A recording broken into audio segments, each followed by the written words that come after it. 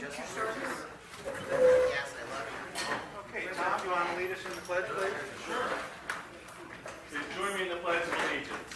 I pledge allegiance to the flag of the United States of America and to the republic for which it stands, one nation, under God, indivisible, with liberty and justice for all.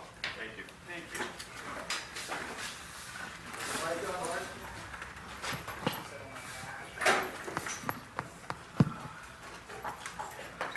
Shall I do the roll call? Madam Secretary, roll call, please. Pioneer Town, Steve Bardwell. Present. Yucca Mesa, Tom Ziegert. Present. Landers, Dawn Johnson is excused. Joshua Tree, Mark Lundquist. Present. Flamingo Heights, still vacant. Desert Heights, Pat Flanagan. Present. Wonder Valley, Teresa Seitz. Here. Morongo Valley, Gail Swearet, She's excused. excused. Copper Mountain Mesa, Mary Helen Tuttle. Here. Okay, thank you. Item D, adoption of agenda. Make a motion that we accept the agenda. Second. Any discussion? All those in favor? Aye. Okay, unanimous. Approval of May 14th, 2018 minutes. Do I hear a motion? So moved. Second. Okay, any discussion? Hearing none, it's been approved. No memorial adjournments, public safety records. Do we have anybody from County Fire tonight? Scott, of course.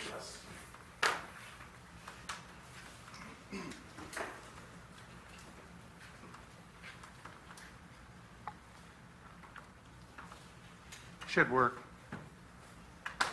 There we go. Okay, I'm going to start off with some stats. For the month of May, Johnson Valley, we had 10 calls. Joshua Tree had 135 calls. Landers had 46 calls. Pioneer Town had 3 calls. Wonder Valley had 30 calls, and Yucca Mesa had 36, for a total of 260 calls. I also want to talk a little bit about our Community Emergency Response Team. CERT, also known as CERT, is a volunteer organization that we train people in disaster preparedness and disaster response. If you're not familiar with CERT, you learn, in the CERT class, you will learn fire safety, how to use a fire extinguisher, light search and rescue, disaster medical operations, disaster psychology, and the incident command system, basically working with emergency responders. In the case of a major disaster like a major earthquake, we, the fire department, are going to be overwhelmed responding to all the emergencies. So the CERT program is designed to help the citizens take care of themselves, their family, their neighbors, and their community. So we offer this class several times a year throughout the Morongo Basin, and we're doing one at the end of this month through July in 29 Palms. It's at the fire station on Lear Avenue. The address is 3834 Lear Avenue. It's every Saturday from June 30th through July 28th from 9 to 4. I know those are long days, but there's a lot of stuff to cover, so we need to go all day to get it all in.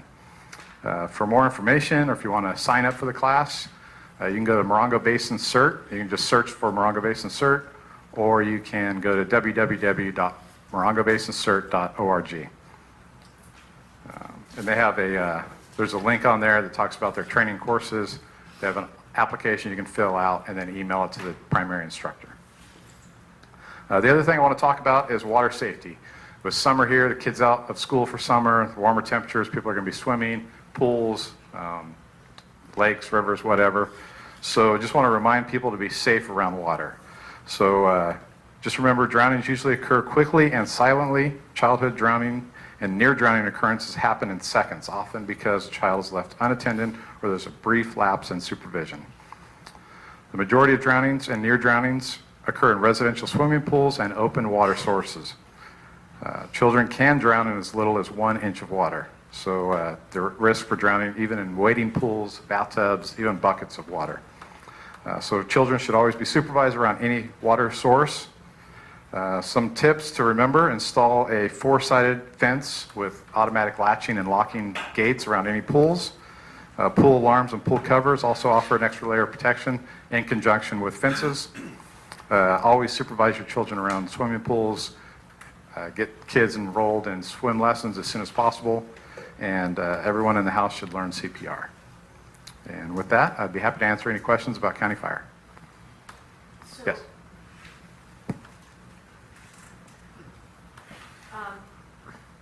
Is this working? Yes. I think that Copper Mountain College was manning the Lear Avenue station, and that's changed. Can you talk about that a little? Yes, that has changed. The lease agreement that we had with Copper Mountain College is expired, so we're taking that college back, or we're taking that facility back, and we're using it for classes, vehicle storage, and other administrative functions. So no fire department will be coming from there for the people who live that end of Wonder Valley? No, even when the, Not Wonder Valley, but yeah, Desert Heights, yeah. Even when Copper Mountain College was using it as a training facility, they weren't responding to calls out of there. Okay. Thank you. No other questions? Thank you, Scott, we appreciate it. Thank you. Okay, I don't see Morongo CSD, I don't see CAL FIRE, I don't see CHP was excused. And I see Sergeant Mike Barta from our Sheriff's Department. That's Lieutenant Mike Barton, okay. Did I say Sergeant? Oh, I'm sorry. Okay. Duly demoted. Dude. I know better.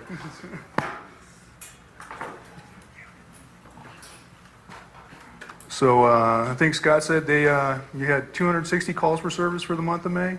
Well, the Sheriff's Department had 17,775 calls for service for the month of May. For the Morongo Basin? Yes. So of those calls, we handled 9 stolen vehicle reports, 13 burglaries throughout the Morongo Basin, and 2 grand thefts. And I don't have any other numbers for you because my analyst couldn't put them together for me. But I'd be happy to answer any questions if you have any for me. Thank you, Lieutenant. Appreciate it. Thank you. Thanks for coming. Go get your back. Yeah, get your back pay, yeah. Okay, this is what we've all come for, presentation, item H. Alice and Kirk Waltemeyer are here with rescue dogs, search dog, I guess, search dogs, is that the proper term, Alice? Yeah, search and rescue. is what we Okay, do. you want to come up and get a microphone and... This is a great presentation, I've seen it once, and by the way, in fact, I think I'll put out a note. This is going to be on YouTube. Tell your friends, just go to Bob Stevenson on YouTube, and that'll lead you to the Big Mac, and you can watch this, and your friends can watch this presentation from the rescue dogs. It's a great deal. Okay, go ahead. We're volunteers with Search and Rescue in the National Park. Plus, Kirk and I work with SDR, Search Dog Resources, and we do a lot of searches for Hemet, Banning, Beaumont, Palm Springs Police Department when they call us out, and a lot of nursing homes when they call us to go look for lost people. But mainly me and Kirk is working in the National Park. We have 2 bloodhounds and a border collie. You guys probably already seen in the newspaper, we're going to go over 3 million people, I think, this year in the park. So we do get a lot of calls. What the 2 bloodhounds do is they are trailing dogs. So we get a scent article out of the car or wherever the ranger gets it for us, or a family member. We give them the scent article, and then we go trail for them. The border collie that's in the kennel right now she's doing HRD, human remains. She's did a lot of training. Most of her training is in Arizona with the fire department over there. That's what she's been training for. When a building is burnt, she'll go in, and she is being trained right now for a bud dog. A bud dog is when an earthquake hits, and we're going to go into a building, and that's what is training for at this time. So an area dog, what Montana does is, I call it my lazy dog, because I can just stand in one place. I can stand in one place and just send her the directions she needs to go, right, left. I can tell her, go straight. So she goes by a lot of commands. She goes off any air scent. If we are doing human remains, she has a command I will give her, and that's when she knows to switch her buttons and go for human remains. If we're doing an article search, She's got a different command for that, and she'll look for keys or anything for any of the rangers if someone's called and asked for that they lost their keys out on a trail. Again, with Abby and Ziva, usually we take the scent article if we don't have one, if they don't have a piece of clothing or shoes or socks. We can scent off if we know if the person was driving the car. We'll just have the ranger open the car, and we scent off the car seat or something and take off from there. Ziva's last test was, well, it wasn't a test. It was a lady who was missing in a nursing home. The last thing she was touching and feeling was a paper clip.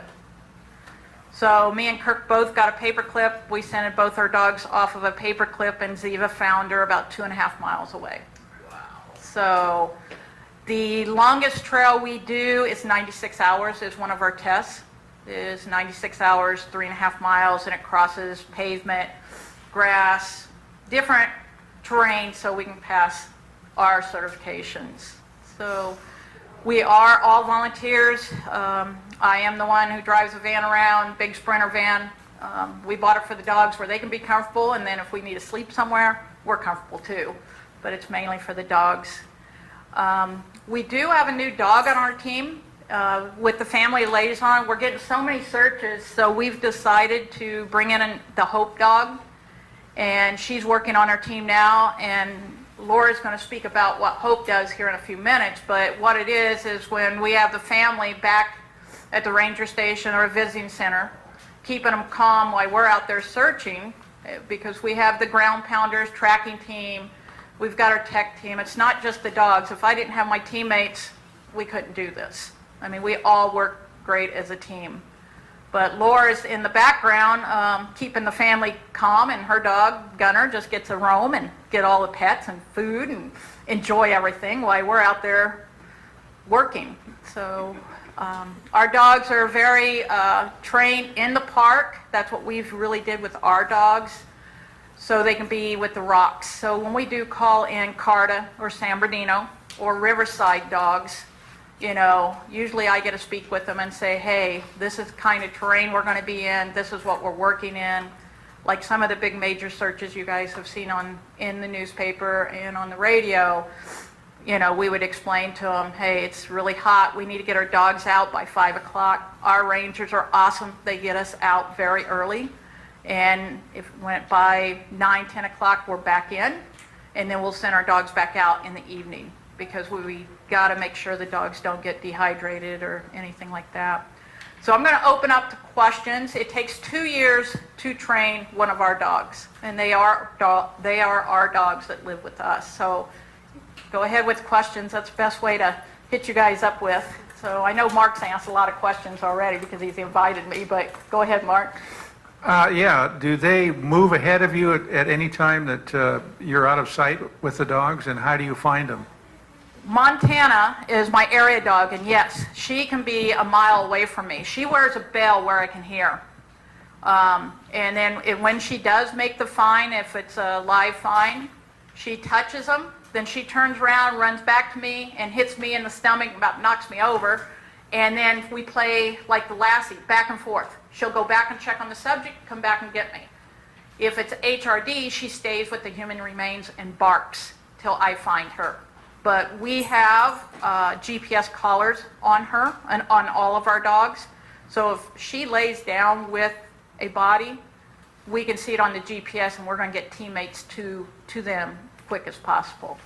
So all our dogs do wear GPS collars in the national park, so we can follow the tracks. Plus, after we have found someone, it's always good to go back and study our tracks and find out, and we question the subject, and we see how close we was on or what we did. So, any other questions? Yeah, I do. Push Mark out of the way. You're all volunteer. Yes. You get no funding. Only what donates to Friends of Josh Tree, and Laura will talk about where donations go. So this is Otherwise- all out of the goodness of you and, what was his name? My husband Kirk. Kirk. Yes. So this is all out of the goodness of your heart. Yes. I have a brand new van that has 70,000 miles on it in 1 year from traveling 2 years now. Sorry. Do you pay for the training of the dogs as Yes. well? Yes, You do? yes. Is that expensive? Yeah, my last class was in Texas. It was the Texas Body Farm. It's very rare to get to go there, and I got accepted. And it was $500 just for the class, to get into the class.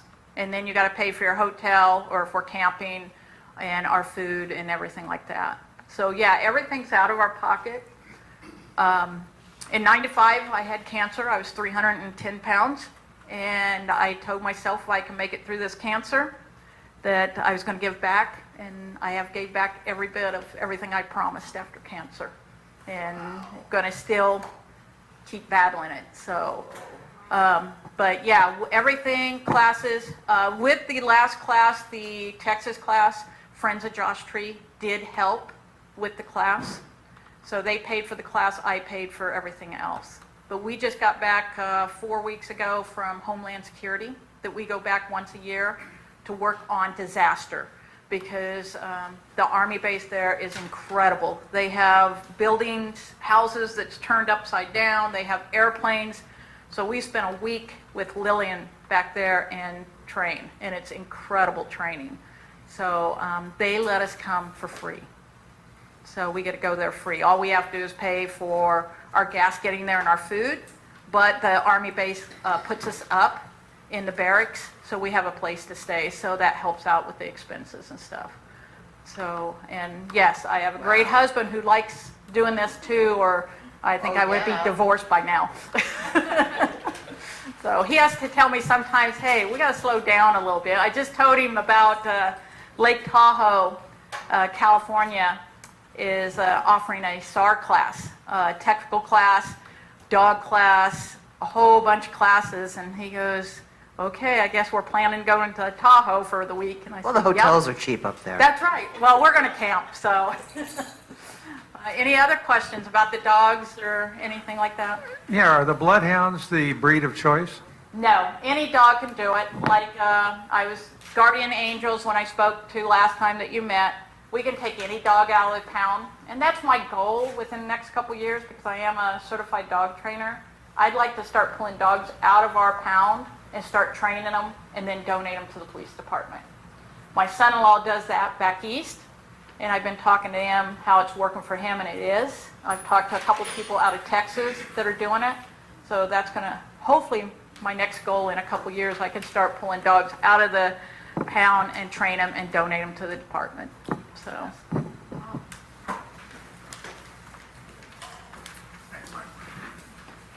When service dogs are out in public with the people that they're serving, it's standard rigor for the public to not pay attention, not to touch the dog, Yes. not to distract the dog. Same thing with your dogs. Yes, we'll tell people when they can touch. All of our dogs have to go through AKC, Good Citizen Evaluation. That's one mandatory thing we have to do for our team. And yes, I'm an evaluator for AKC to do that, for the public and for our team. But if it's going to be our teammates, I bring in another evaluator. Even when I test my dog, I bring in people from out of the area to test, because I want it to be as fair. And I train my dogs. If it's my grandson or grandkid out there, I'm going to be there. Abby and Kirk, I think it was 2 years ago, he'll correct me if I'm wrong, Rhode Island family in the national park. It was in July, and we was training in the park, and a maintenance guy chased us down because one of the rangers said he needed us. Went over there, 7-year-old went to the bathroom and got lost in jumbo rocks. Been missing for over an hour. Kirk and Abby and I took off, got her shoes, and we found her in 45 minutes alive. It was very moving because Kirk cannot talk without crying about it, because walking back with that little girl with the bloodhound and seeing that mother running to us means everything. Even when we do human remains, guys, it's bringing a closure. Other one that Kirk and Abby's did was someone came out to commit suicide in the park. A lot of weird things happen in the park and everywhere, and they found him before. They called a ranger in. Luckily, the gentleman who was with my husband took off his JOSAR gear, act like he hiked in. Kirk had an open mic in the background where the ranger could hear everything while the ranger was heading out to us. So he knew what he needed to do when he got there. And our other teammate just stayed there and kept him calm and talked to him like he was just hiking. So, like I said, it's not just the dogs. We need our whole team. I mean, we have to have man trackers. We have to have everybody on our team and to make this work. And great rangers. I'm very humbled that I can work for the national park, volunteer my time for the park. I don't get paid, but I respect the rangers, what they go through. I wouldn't want their jobs at all. And we have 2 very good rangers in here right now, and Katie is our new SAR director, and I'm very excited about working with her, with the dogs in our team. So, any other questions? When did you start doing this? And before you started doing it, where would they get dogs to track in the park? In the park, they would call in Carta, San Bernardino, Riverside. If you read in the article a few weeks ago, the search was in Riverside County, and they brought in K-9 Wendy. I've had the honor to work with that dog. It's awesome because Riverside invites me down and my husband down on Wednesday nights to work with their team. And I've worked with San Bernardino too, with their dogs. So we try, anybody invites us, we're there to train with them because I want to learn as much as I can. But yeah, they usually call out, the rangers would call outsource to bring them in. So we started this, like I said, I got cancer in '95. And about 6 years ago is when I was well enough to start training. My daughter is a sheriff back in Indiana, Bartholomew County. She was the first K-9 female officer. So when she started that, that's when I got into search and rescue. So we've always loved animals. And we got our second bloodhound, and Kirk did some research, found Search Dog Resources. And that's who we train with right now. And plus the park, we train in the park 3 times a week. So that's where I was all morning. Go ahead. Well, you probably don't do with the dogs that, well, there's probably 2 parts to it. Do you do criminal searches? I've been training in it, but I have not, no.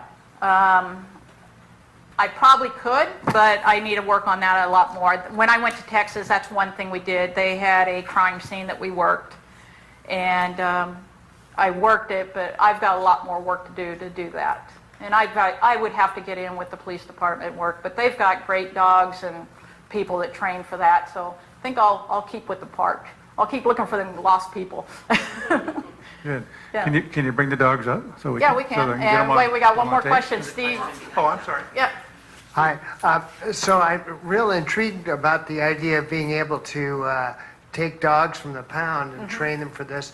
It seems like not every dog would have the aptitude to do this. It doesn't seem. When you look to get a dog to train for this, what sort of attributes do you look for? There's a lot of temperaments we look for, mainly play drive. We want them excited. We tell everybody, get very happy, gay. When your dog finds someone, you will hear us probably miles yelling and making it real happy. Montana plays with a ball when she finds human remains or a frisbee. The bloodhounds, they just want food. I mean, they just want to be hugged and play with food. So the uniform, usually what the dogs are wearing is a chest harness where it pulls on their chest because we don't want them to pull on the neck. And then we have a 30-foot lead that we use in the park. So this is Abby and Ziva. They both have the same dad, different mamas. They have worked on the movie sets of CSI or NCIS. Whenever they need a stand-in, they will call us and we go up for the night, and they do feed us very well and put us in a nice hotel to use our dogs. And we set up a scenario, and the dogs follow it on the TV show. So we've had the honor to do that since the dogs have been puppies. So that's been a very big honor to do that. So I know Montana's going, but you know what? She doesn't care. Everybody knows her. She just stays in her kennel and chills till she needs to go to work. But I do want Laura to come up for a few minutes and talk about the Hope Foundation and what she does for JOSAR. Like I said, I am so humbled to be on JOSAR and working our dogs, but I am so impressed. Laura came to me last year and said, hey, I want to put my dog on the team. I guess I was the rudest witch around because I said, you know what, it takes a lot to be a search dog. And I let people know it takes a lot of time. But Laura goes, no, I want to do this with the dog. And we looked at it and said, wow, this is a great way to help the families when we're out in the field. Because everybody wants to play with the dogs and pet with the dogs. So I am, like I said, very honored that she is on our family liaison now and get to have fun with her dog. So I'm going to let her, and she's doing a lot of the fundraising now to help with the team. I'll talk about Gunner for a little bit. So Hope is an animal crisis response. We're the only national certification. So we're FEMA. I just went yesterday to Orange County Sheriff's. We did our training for a day at the helicopters. So San Bernardino is one of the few that we don't seem to be as active with. So Hope animal dogs, everybody has to be a therapy dog for a minimum of a year, and then it's at least a year or more for training for Hope. And so FEMA, the easiest way is that we are deployed by FEMA for some of our things. Like I spent 5 days right before Christmas at the Ventura and we do a lot with CAL FIRE. One thing you brought up, he is considered a working dog when he's deployed, and his job is to be petted. So we're there. This is his fun vest, but when he's a Hope dog, it's a working dog, and so we will be put into a lot of areas. The difference, a therapy dog can only work for a minimum of hours. Hope dog can work, we've worked 7 days straight. It's not great to do that. For example, I did not go to Santa Fe. The most recent shooting, Hope dogs were deployed. We started at 9/11. We just got the National I always say it wrong. Voyad Award for our dogs because we come in, the IC knows our circumstances, they know our uniform. When I go, because I'm talking too long, my passion, when I am also a JOSAR person, so I have many shirts. But when I am, let's say, on a search and we have a lot of family members and we need some calming, I can bring Gunner out as just not just a therapy dog, that's not right, but a pet therapy dog, and I don't have to change my uniform. Like I go to the hospital here, the rehab hospital weekly with Gunner, and he goes with his fun vest. Now, if we had, like last summer, I wasn't part of JOSAR's team, if we had had that long search where we had 200 or so family members, I would have called in the rest of the Hope team. Gunner, no food. I would have called in the rest of the team. So we deploy in large groups, and it's an incredible organization. But Family Liaison, one thing we do with CAL FIRE, we're part of their support, is that we go to their briefings. We had a firefighter die right before Christmas, and so our dogs were there right at the fire line, not so pretty close to the actual fires. And so when the firefighters were debriefing, our Hope dogs were there. And just to see the emotion of that, especially at Christmas time, I think, was really important. And then I did not go to the mudslides because I was in Washington working, an actual paid job. But Rob Lowe was on TV and Ellen DeGeneres' show, and he talked all about our Hope dogs. So they're all therapy dogs, and we do have some rescue dogs on that. But the Family Liaison program that we're instilling, I know Katie was part of a debriefing with Gunner there, and it really does make people open up and smile and really feel good about that. So, then, back to a different hat. Does anybody have any questions about Hope? Yeah. What does the dog do with the people? Just sit there and people touch it? Yes, he'll lay all over them. The one thing about them is they could go in any circumstances, like our helicopter training, close quarters with the dogs, any kind of petting, any kind of sounds, noises, close quarters. They cannot interact with other dogs when they're working. It's really just to pet the people. Yeah, pet the people. No, that does not happen. Yeah, and it's great. We work, a lot of school shootings we're at. I just went to Mission Viejo High School because they had a lot of deaths this year. So they had it the Tuesday after, they had like a wellness day. So we were there and the kids just, it's amazing. When you put the dog, when you're in with a group of people doing that, is the dog still on leash or do you let the dog off? Yes, we have I can't remember, it's a $2 million insurance. And so it has to be, I am his partner. And the first thing they'd ask you, like when we go on planes, we're considered, you have to have your leash on. You cannot hand it to another person because that's our insurance aspect. So we cannot. Debriefings, I'll sometimes go on a really long lead with him so that I really stay back. It's not my debriefing. So I'll let the dog just work the crowd. And that's what we do a lot, is that we're not, the dog is doing the work. Yeah. As a dog aversion, what is your dog's name? Gunner. Does Gunner feel that and leave that person alone, or is he persistent? No, he's actually really good at that. And that's one thing that's hard to train a dog on that. We also, in Santa Fe, there was some, I think it was Pakistanians that were there at the school. And one thing we talk about is that exact thing, is that in some cultures, dogs should not be inside, they should not be around families, they shouldn't be around us eating. So that's one, we do continual education on that kind of thing. One of that I was a family liaison with, it was a family from Utah, and it was a young, I think 14-year-old, and he just was up with the van shoes, which are very slippery, and he couldn't come down. His mom, I could tell when I walked up that she was a little leery of the dog, and I was like, great, you always introduce yourself and what you're there for with the dog.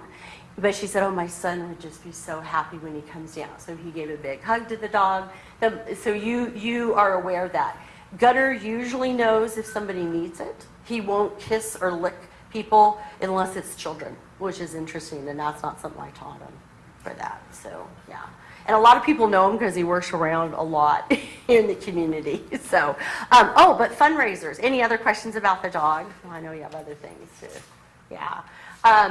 So I ran out of my park cards because Gunner has about 4 cards, and his name is Zen Gold, Simplified, because my husband's a retired Marine. So that's where the Gunner thing comes from. And so I have some of his Hope cards, and if you're an organization that really would need some, I would love to. There's 2 people in this area, dog trainer and somebody else I do, that are going to be going through Hope testing. It's a 5-day testing and workshop, and hopefully they'll pass. So it'll be a little less driving. I was in Orange County, I think 3 times this last week. Yeah. And LA, we do a lot for LA Sheriff and LAPD. So we're nationwide. We're the Pacific Southwest. Washington, Oregon was the lady that started the 9/11. She had a therapy dog with Delta, and she was called to New York for that. So we're all over. Some of our group from our Pacific Southwest went to Houston to the flooding, and that was a FEMA. So we sometimes get reimbursed, not a salary, but we'll get some of our plane fare, hotels, and that thing. So in Ventura, I stayed with somebody in the room, so we were able to get the hotel paid for. I think we got $10 a day for food. Yeah, but a different hat. So Friends of Joshua Tree, I help with some of the fundraising. Friends of Joshua Tree have an MOU to the park, to the national park.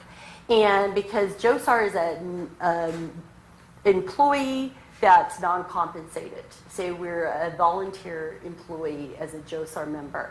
So the MOU is through Friends of Joshua Tree. So that's why I'm here. So donations need to come through us. That's the Friends of Joshua Tree. So if you hear that, we support the search and rescue in the national park. So that's that. Can I just say we're going to have a fundraiser this coming up Wednesday the 13th at Dickey's. They let people donate a portion of their proceeds. So I'll just put that at the back too.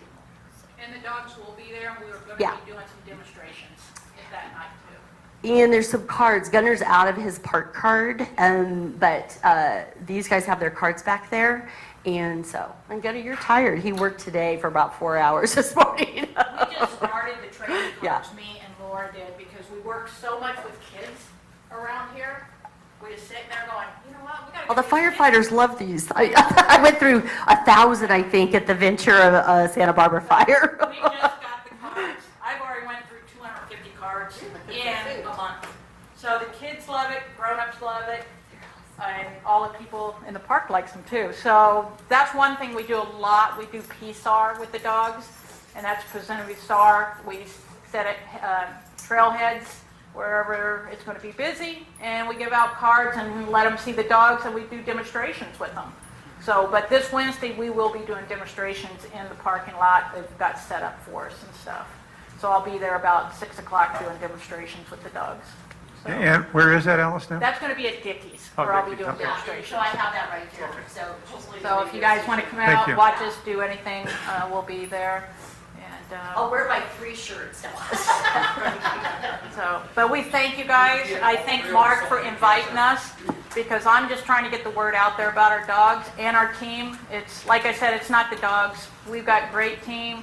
San Bernardino has a great search team up here. They have a great K-9 unit just starting down below where I've been going and hanging out with them. So the dogs are getting a little bit more popular, you know, but they have bad days too, so they're not always perfect. So, and we're learning, we're training. So thank you guys for inviting us. We appreciate it very much. And Alice works full-time, just so you guys. Yeah. Wow.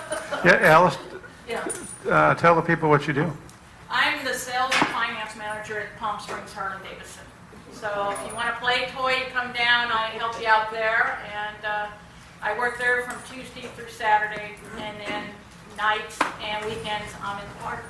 So that's where we're at. We enjoy it. So, but thanks, guys, for inviting us. We appreciate it very much. Cards are in the back if you'd like a set of trading cards. If you have grandkids, you want a couple sets, please take them.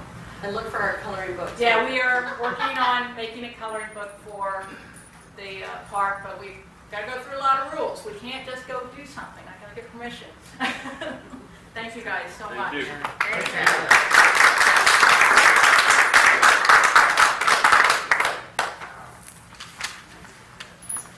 Okay, thank you very much. That was inspiring. Appreciate it. Okay, reports by members of the MAC. Teresa, you want to start? Sure. Teresa Seitz from Wonder Valley. We had a special community meeting on Wednesday, May 2nd, with 45 people in attendance. Mark, he came, and Molly Wiltshire, Chief of Staff for Supervisor John Ramos, along with John Chamberlain, Deputy Fire Chief, San Bernardino County Fire. They all presented regarding our fire department, and we are really grateful that they came out and clarified some issues for us. Our fire department remains in 29 Palms. We had another regular community meeting on Wednesday, May 16th, with 21 people attending. The San Bernardino County Sheriff's Office presented on illegal shooting and other issues. Captain Travis Newport attended and was introduced to the community. That was a delightful surprise. He didn't tell us he was coming. He suggested we host a workshop for weekenders on how to protect their properties, so we're looking into that. We registered 14 volunteers at the Wonder Valley Community Center, and we're hoping to register 20 to help with the food distribution and other programs for the community. We've started an Artist of the Month program, and Robert Rowell is showing this month in June. He's got 6 paintings up. And we have an American Sign Language class each Saturday from 11 to noon, and beginners are welcome. It's a lot of fun. And that's about it. If you want to know more about Wonder Valley, please visit wondervalley.org.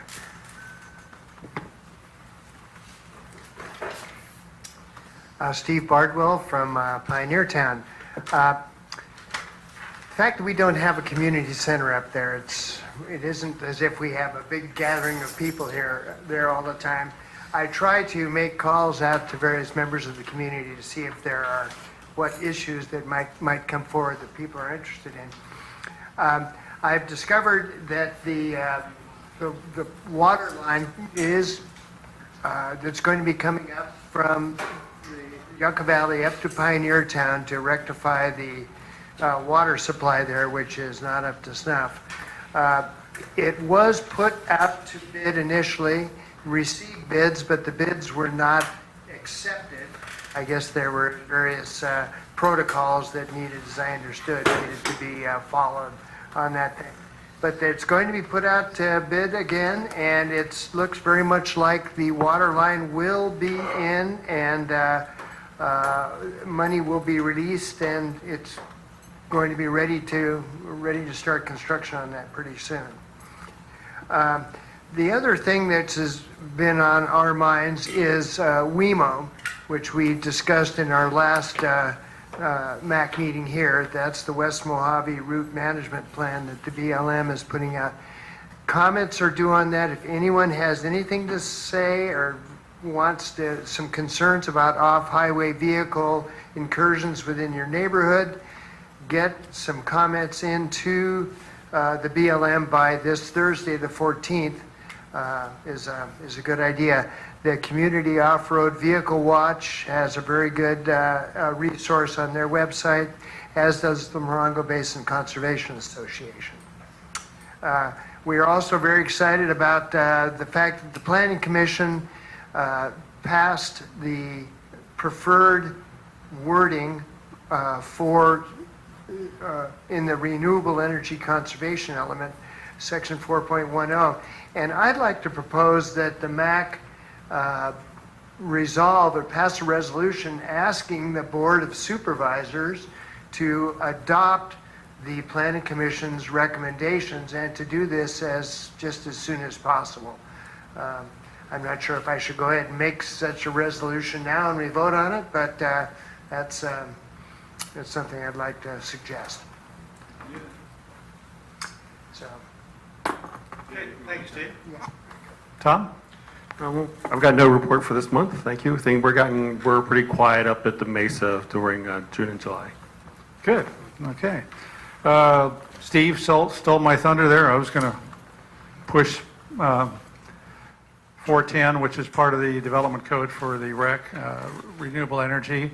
And I don't know if anybody here came to was downtown San Bernardino commenting on it. I think we had a total of about 65 commenters between Joshua Tree, people that actually went down to the rotunda in San Bernardino and from Hesperia, that flooded the chambers and spoke their mind on 4.10 that is, like Steve said, is going back to the Board of Supervisors. Hopefully it's going to be passed. I can't imagine them not taking the recommendation of the Planning Commission, which will effectively protect our desert areas from the invasion of some of the solars and the problems that they're bringing.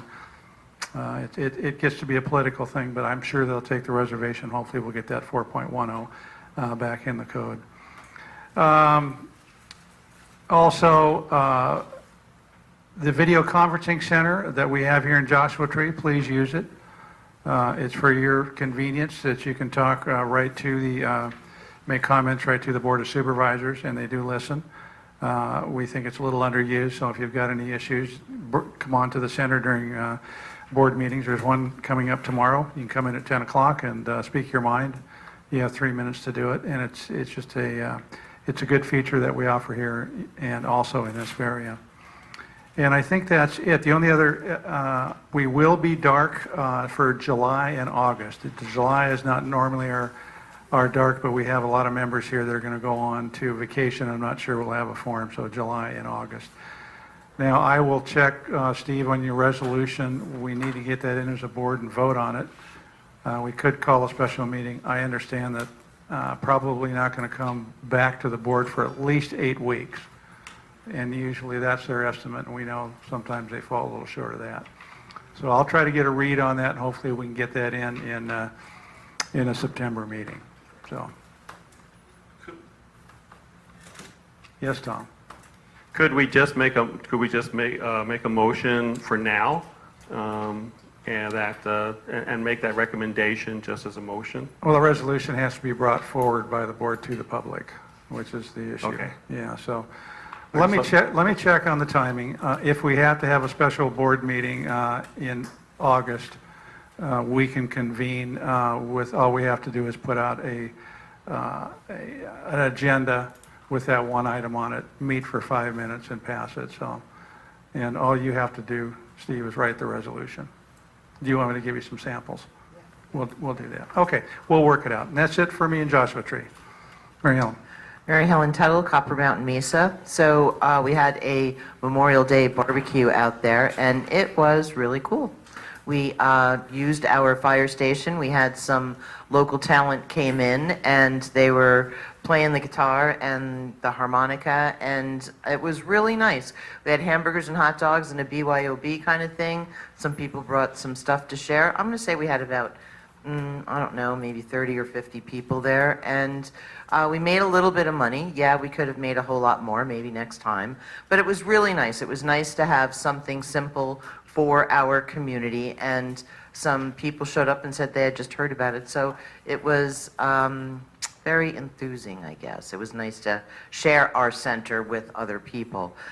We also still have yoga on Wednesdays and Sundays out there, and we have High Desert Test Kitchen on the third Monday, and breakfast the first Saturday, and board meetings the second Saturday. So we're looking at maybe doing some more programming. We're working on a potential car show for sometime in September or October, and we're going to make it like a big parade kind of thing where they're going to drag the road so the fancy cars can follow them from the pavement. Yeah, I know, it'll be rough. But we have this big plan, and we're going to tie it in with money for the roads, and I don't know, there's this big plan that does not include me. I didn't raise my hand for this one. But anyway, so that's it. On another note, this coming Saturday is Summer Splash here at the Community Center. It's from 9 a.m. till 2. It's for the community. It's something that is done, shared, it's partnered. Joshua Tree Recreation and Park is partnering with the Rotary Club of Joshua Tree. So we have some vendors, we'll be selling hamburgers and hot dogs. There'll be some of the dogs from the Marine base. I don't know what they call those dogs, what they do. They're there's going to be demonstrations by those dogs. We're going to have some equipment here from the base. It's something that we've done, I think this is going to be like our 8th or 9th annual. So if you have a little time, come on by. Okay, as usual, we don't even have a fire department door open now, except you could go down and vote there, and you can take a class there coming up on Saturdays. What I've been spending my time doing is going through the 22 maps that are in the West Mojave Plan, routes of travel for our area here, which goes from Wonder Valley actually all the way up through Juniper Flats, and so it hugs the base of the mountains. And I would say for the most part they got it right this time in that all of that checkerboarding does not have little green routes on it. If they will go with the alternative 2, with the sub-alternative of street legal only. And because we now have signs that are going to be pretty soon completed that talk about no OHV riding in the Morongo Basin, and actually this, I believe, works for the county, that you have to truck your vehicle. So I'm also responding to BLM that if there's a route that is beginning in an area that's residential, that there has to be a staging area so that trucks can come and park and offload their off-road vehicles. So trying to look at all of those kinds of things. If you have any particular problems that you want me to look at before, this letter is from Morongo Basin Conservation Association, that you should get in touch with me. Tomorrow would be good. Because I like to take a little break and talk. So anyhow, or if you know anybody I can look at things on a map and, do that, just give me a call. And you can ask me for my phone number when I can give you a card. I have a card with my phone number on it. And that takes care of that. Okay, thanks, Pat. Okay, that brings us to public comments, and we have one comment from Jane Jarlsberg. If you want to, Jane takes the podium and make sure the mic is on, please.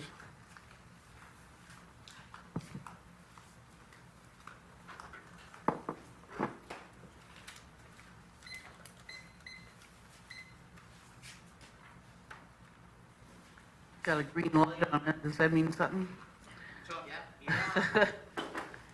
Okay. Couple things. I wanted to mention that I'm still being, or the plan is to appoint me to be senior legislator from the Morongo Basin. The appointment was postponed from May to June. So this Wednesday and next Wednesday, I'm going down to San Bernardino to attend the meetings there of the Aging Commission, and they do the appointment. I'm trying to speak to as many groups as possible, let them know this is coming, and some people have already started talking to me. I think what I will be doing is representing the Basin to our assembly, our state assembly person, Chad Mays, who I believe is going to be reelected. So I'm hoping to develop a working relationship with him and looking forward to it. And I wanted to mention that the other concern I have, well, two concerns. One was the housing situation here. I have kind of postponed my activities or actions to after I'm appointed, so I feel like I have a little more clout and might be able to get some people, maybe some of the supervisors here too, to help us with this.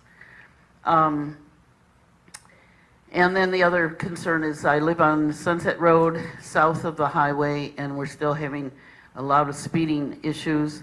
I went to the open house at the CHP a couple weeks ago and talked to them about it. They said that they were going to have someone patrol that area whenever possible. But my intention is to go to the supervisor eventually, and I'm sorry, maybe the supervisor can help, but to the Department of Transportation of the county and start talking to them about at least having a speed limit sign there. And I'm wondering if any of you know how Sunset Road got their 40-mile-per-hour speed limit north of the highway, because that road is actually wider and doesn't have any more residences on it than we do. So I'd love to, if anybody has information how that got done, I'd like to know. Thank you. Okay, thank you. And that's our last commenter, so we are now adjourned. Thank you. Thanks all for coming.